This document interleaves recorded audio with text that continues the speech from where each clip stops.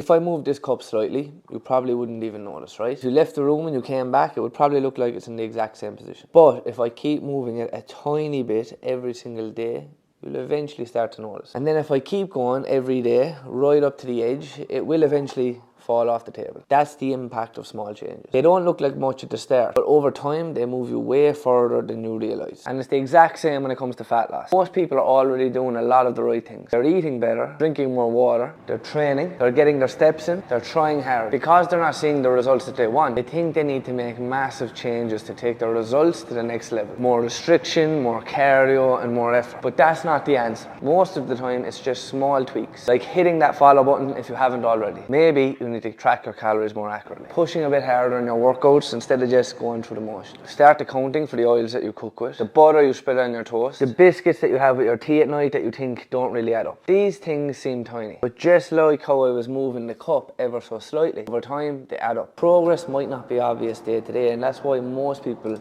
find it hard to stick to something. Because when you can't see the progress, you start to question if what you're doing is even working. But changes don't always show up in a week. Sometimes it takes a few weeks before it becomes visible. And when it finally does, you look back and you realise how far you've actually come from those small but consistent efforts. It's not about changing everything, it's about doing the right things but doing them better.